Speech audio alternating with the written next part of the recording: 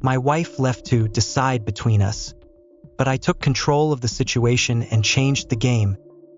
My name's Mike. I'm 31, and I used to think I had everything figured out. Life was simple. I worked as a software developer, lived in a quiet neighborhood with a decent house, and had a marriage with a woman I thought I loved. Everything seemed perfect, or at least I thought it was. My life wasn't filled with wild dreams or crazy adventures. I was the steady, reliable one. I didn't chase drama or excitement, and I thought that was enough. Laura, my wife, was the opposite. Spontaneous, adventurous, always pulling me into new experiences, things I never would have thought of doing on my own. We balanced each other out, or at least I thought we did. We met when I was 23, fresh out of college and clueless about life. She was 22, working as an assistant at a marketing agency, still trying to figure out what she wanted to do with her life. We clicked instantly. I didn't even realize it at first, but looking back, I see that night at the barbecue, the night we first met, as the beginning of everything. I was standing there, quietly observing the chaos, and Laura approached me with her usual quick wit, joking about how I looked like I was strategizing an escape plan from the party. The way she laughed when she said it caught my attention, and before I knew it, we spent the rest of the evening talking. We shared stories, jokes, and quickly, it felt like we had known each other forever. We started dating soon after. It was fast, it felt easy, and everything was exciting. She was the spontaneous spark I didn't know I needed, and I provided the stability she said she had lacked in past relationships. After 3 years, we tied the knot in a small wedding with just family and close friends. Nothing extravagant, but it didn't matter. I thought we were building something real, something solid. In the years that followed, I settled into the predictable routine of life. I went to work, came home, and she would be there, cooking dinner or lounging on the couch, scrolling through her phone. We didn't have kids yet, but that was something we'd agreed on. We weren't in a rush. We wanted to wait until we were financially stable, until we were ready to take that next step. Looking back now, I wonder if I got too comfortable. It was easy to fall into a routine. Things were stable, predictable, and I didn't notice the subtle shifts until it was too late. Laura started spending more time outside. She talked to anyone, neighbors, strangers, and I didn't think much of it. She was always the life of the party, always charming everyone she met, and I had come to accept it as part of who she was. But over time, I started to see things differently. It started with Jake, the new neighbor who moved in next door. He was younger than most of the people in our neighborhood, but he had the kind of presence that made him impossible to ignore. Tall, fit, and always shirtless. He was a personal trainer, a guy with the kind of physique that turned heads. He worked out in his yard constantly, washing his car, mowing the lawn, and somehow he always seemed to be outside. Of course, Laura noticed him right away. The first time I saw them together was casual enough. He came over to introduce himself. Laura immediately struck up a conversation with him, asking about where he was from and what he did for work. It was harmless, I thought. It didn't seem like anything to be concerned about. She was outgoing, and I knew she liked to chat. But after that, things started to change. It was subtle at first, just a few extra minutes spent outside when Jake was out there. Then it became more frequent. She'd water the plants, take out the trash, and somehow, every task turned into a conversation with Jake. I remember the first time I came home to see them standing together in the driveway, laughing like old friends. Laura was holding a basket of laundry, and Jake was leaning casually against his car, looking like he belonged in some action movie. I didn't think much of it at the time, just a friendly exchange between neighbors, but something felt off. I couldn't put my finger on it, but I could feel it. As the days went by, I saw more and more of them together. Laura started doing things she hadn't done before. She baked cookies one afternoon, something she hadn't done in months. When I asked her about it, she just shrugged and said, "I thought I'd do something nice for the neighbors." I didn't think anything of it, but looking back, I realized that it was the first sign that something was shifting. She started talking about Jake more often, mentioning things he said or did like he was some kind of expert on everything. "Jake recommended this great protein shake," she'd say, or, "Jake's thinking about getting a dog." I started to notice the way she'd look at him when he was around. It wasn't obvious, but it was there. A little glance, a momentary distraction. At the time, I convinced myself it was nothing. She'd always been friendly, always liked to chat. But I couldn't ignore the feeling that something wasn't right. And then, one Saturday morning, it all came to a head. Laura came into the kitchen, her face pale, her eyes avoiding mine. She sat down across from me and said the words I had been dreading. "We need to talk." The moment Laura said, "We need to talk," my heart dropped.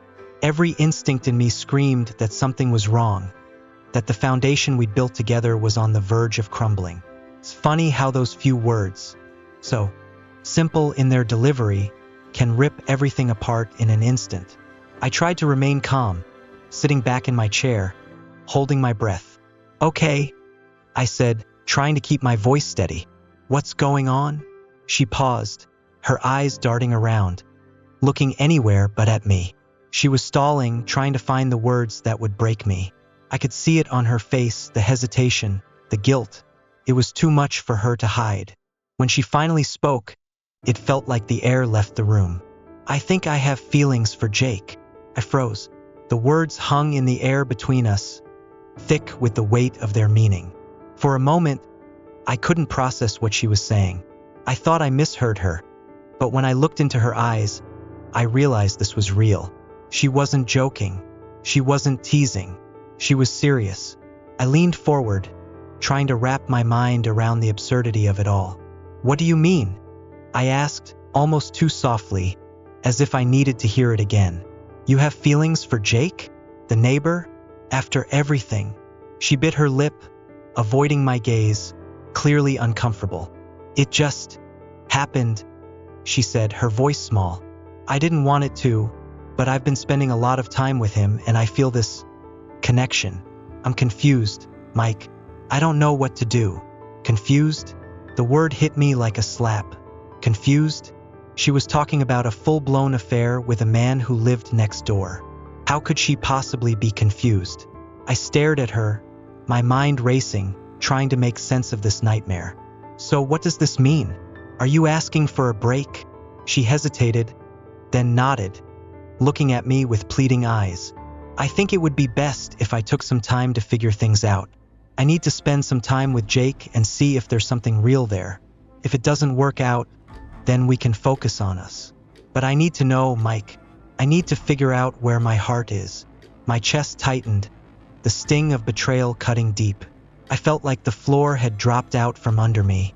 I thought we had built something solid, something worth holding on to, but now she was asking for permission to go live out some fantasy with the man who had been flirting with her for months. "You're serious?" I said almost incredulously. "You're asking for a month-long trial with him? After everything we've been through? You just want to figure it out?"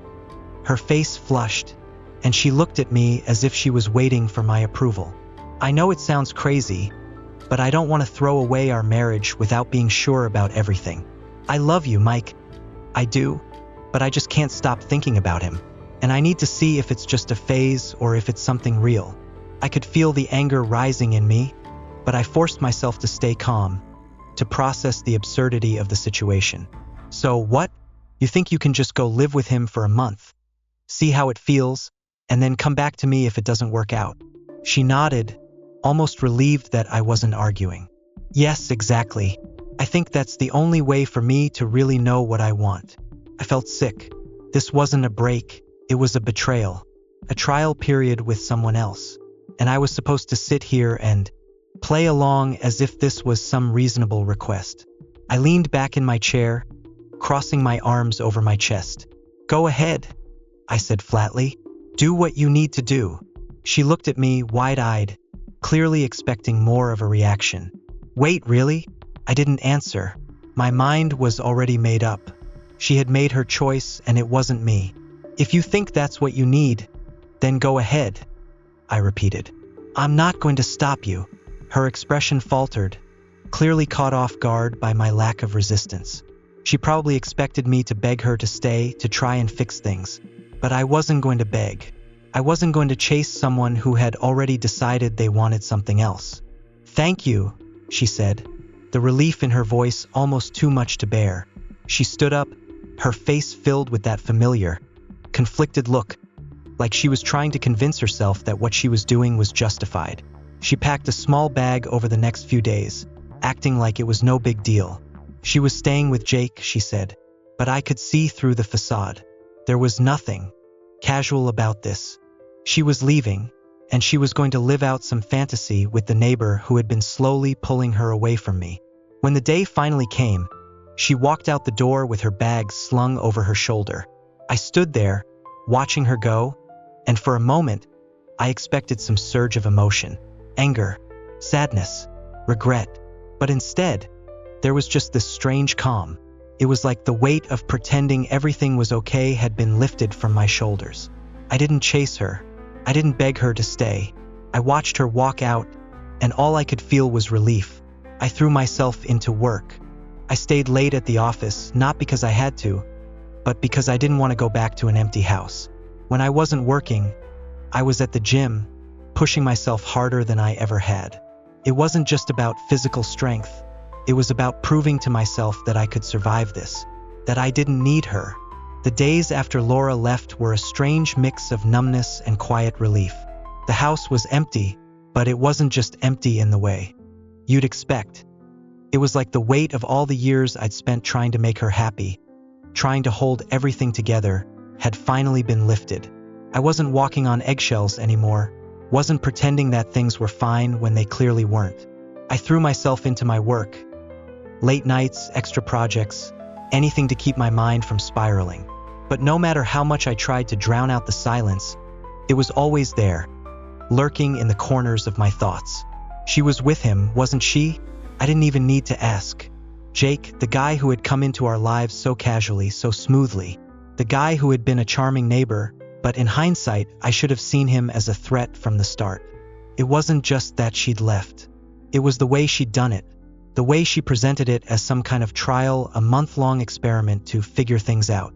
And I, the man who had stood by her through thick and thin, was suddenly nothing more than a safety net. A fallback option in case her fling with Jake didn't work out. I was angry, furious even, but I didn't let it show. Not to anyone, not even to myself. I told my friends that she was staying with a friend for a bit, keeping the details vague, refusing to let them see how broken I was. It was only my dad who saw through the facade. He called me a few days after Laura left, the kind of call that always came with that intuitive tone he had. "Son, what's really going on?" he asked, his voice filled with concern but not surprise. I hesitated for a moment. What was the point in hiding it from him? He'd always been able to read me, even when I didn't want to be read. So I told him everything. By the end of the conversation, I expected sympathy. But my dad, in his usual straightforward fashion, surprised me. "Well, son," he said, his tone calm but firm. "Sounds like you're better off without her." His words hit me like a punch to the gut. It wasn't what I expected. But then he continued, and somehow it all made sense. "If she doesn't know your worth, why should you wait around for her to figure it out?" he asked. I sat there, letting his words sink in. How had I not seen it before? I had been so focused on trying to make things work, trying to be the perfect husband, that I had completely ignored the fact that I was the one being taken for granted. I wasn't just some option to be discarded when she wanted to explore something new. I was a person with my own needs, my own worth, and I deserved someone who recognized that. From that moment on, something inside me shifted. I wasn't going to wait around for Laura to make her decision. I wasn't going to sit in the shadow of her uncertainty. I deserved better than that. The next day, I made the decision. I called a divorce lawyer. The moment I made the call, I knew it was the right choice. No more second guessing. No more wondering if this was just a phase. This wasn't about fixing things anymore. It was about taking back control of my life. The lawyer was efficient, professional. I explained the situation, feeling detached but resolute. When he told me I had every right to file for divorce, something clicked. Irreconcilable differences. That was the legal term. It wasn't just a technicality, it was the truth. Laura and I weren't on the same page anymore. We hadn't been for a long time. The lawyer walked me through the process, outlining the steps and what to expect. When I left his office, I didn't feel sadness or regret. I felt relief, like a heavy weight had been lifted from my shoulders. Back at home, I began to make preparations. I moved some of my savings into a separate account, just in case things got messy. I started mentally dividing up the things that were mine and hers. I didn't touch her things yet, but I could already picture the house without her in it. Felt strangely peaceful.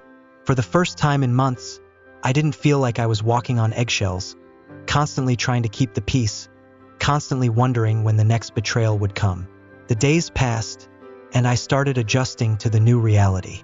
I wasn't waiting for her to come back.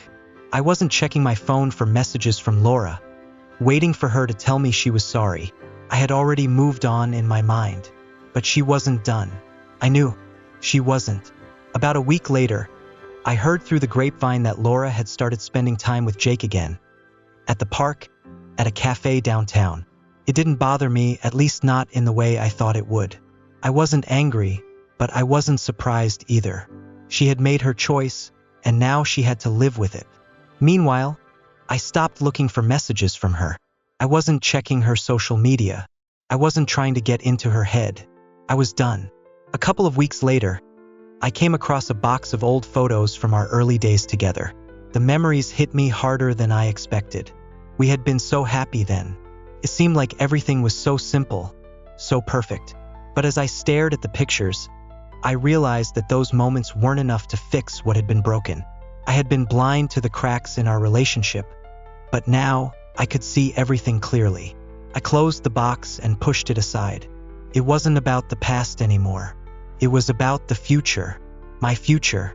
And then, just when I thought I was finally moving on, Laura came back. It was a Saturday evening when she walked back through the door, as if nothing had changed.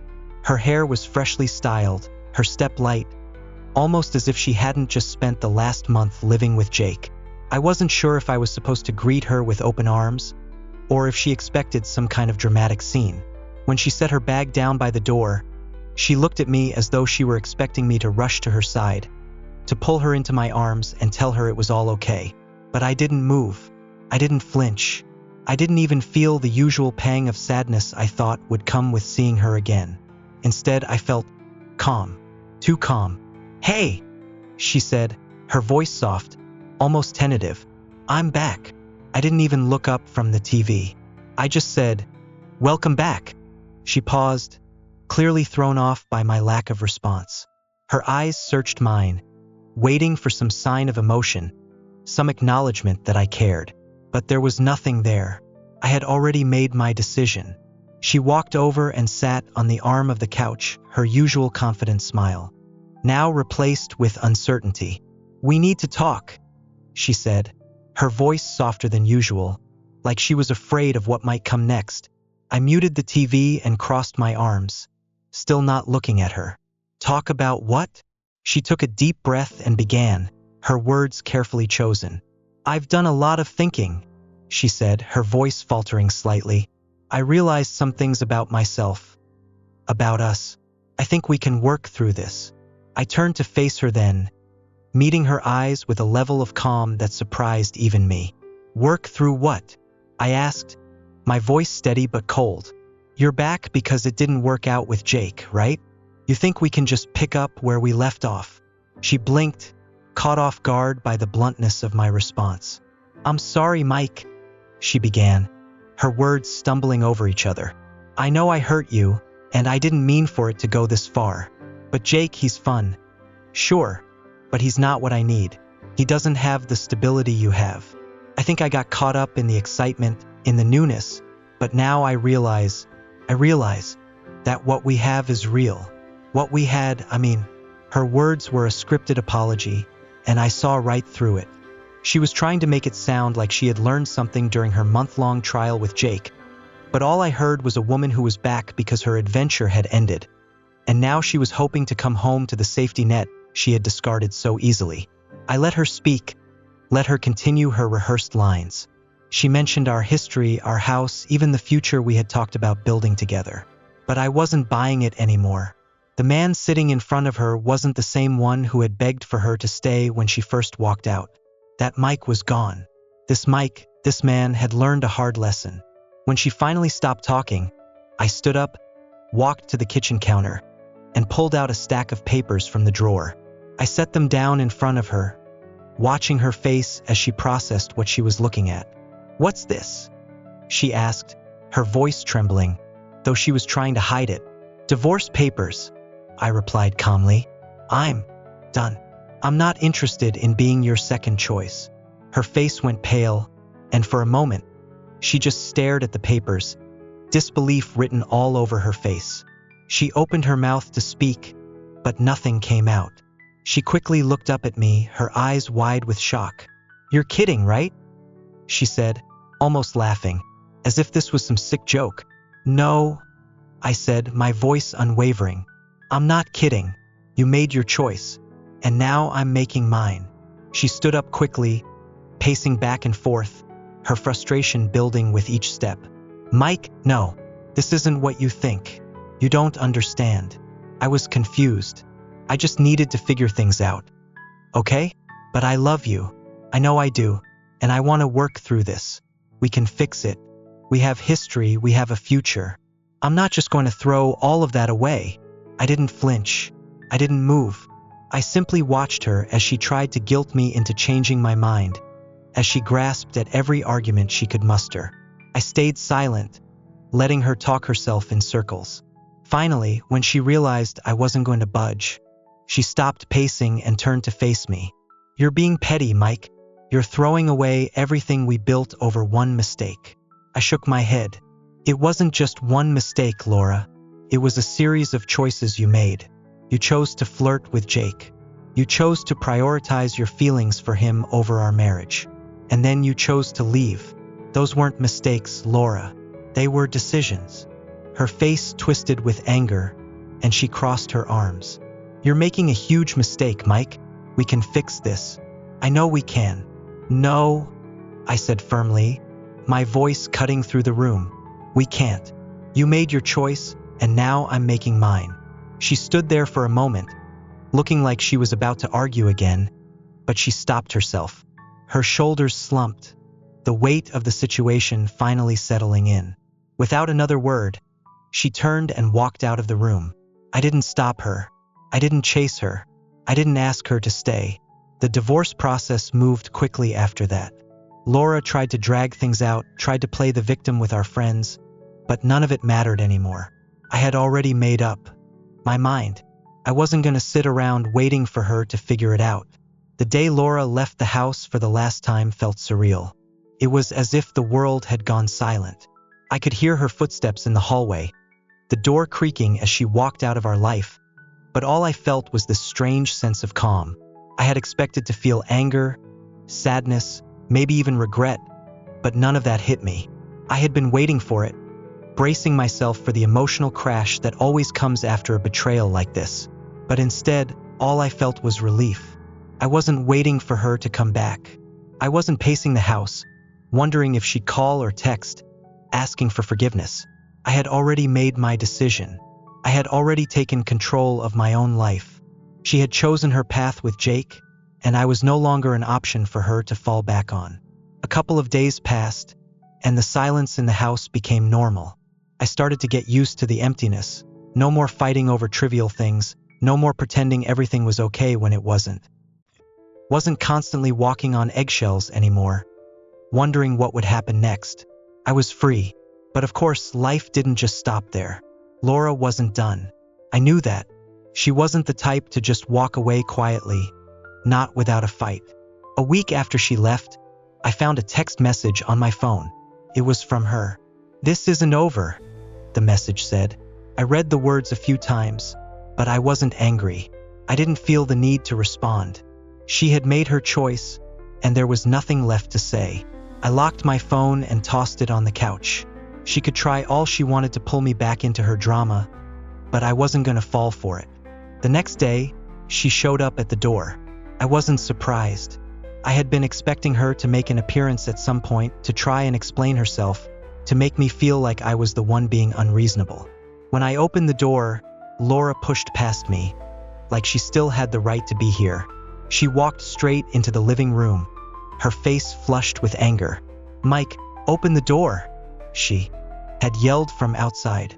Now, standing in front of me, she paced back and forth like she was the one in control of the situation. "We need to talk," she demanded. I leaned against the door frame, crossing my arms. "What's there left to say?" Her face twisted with frustration. "You can't just file for divorce without giving me a chance to fix things. You can't throw everything we've built away just because of one mistake." I could feel the anger rising in my chest, but I kept my cool. "It wasn't just one mistake, Laura. You don't get to act like this is some minor slip-up. You left. You chose Jake. You didn't just make a mistake. You made a series of choices." She stopped pacing and turned to face me, her eyes wild with emotion. "You're making a huge mistake, Mike. We can fix this. We've been through so much together. Our history, our life, all the things we've planned. You can't just throw that away." I shook my head. "You already threw it away. You made your choice when you walked out that door. You chose to explore something with someone else. I can't just ignore that, Laura. I'm not going to wait around for you to figure out your feelings." Her face turned red with frustration, and she crossed her arms over her chest. "You're being petty. This is all because of your pride, Mike. You're throwing away everything we had because of one mistake." "No," I said calmly, my voice unwavering. "This isn't about pride. This is about respect. You didn't respect me enough to keep your commitment. You didn't respect our marriage enough to even try before jumping into something with him. I won't be your backup option, Laura. Not now, not ever." She opened her mouth to argue, but stopped herself, her eyes filled with tears. For the first time, I saw the cracks in her. The woman who had walked out on me was now standing in front of me, broken. And yet, even then, part of me didn't feel the need to comfort her. I had already done everything I could for her, and she had thrown it all away. "What do you want me to do now?" she asked quietly, her voice breaking. I let out a sigh. "I don't know, Laura. I really don't. But I know this. I'm done waiting for you to make your decision. I've already made mine. This marriage is over." She looked at me, stunned, like she couldn't believe what I was saying.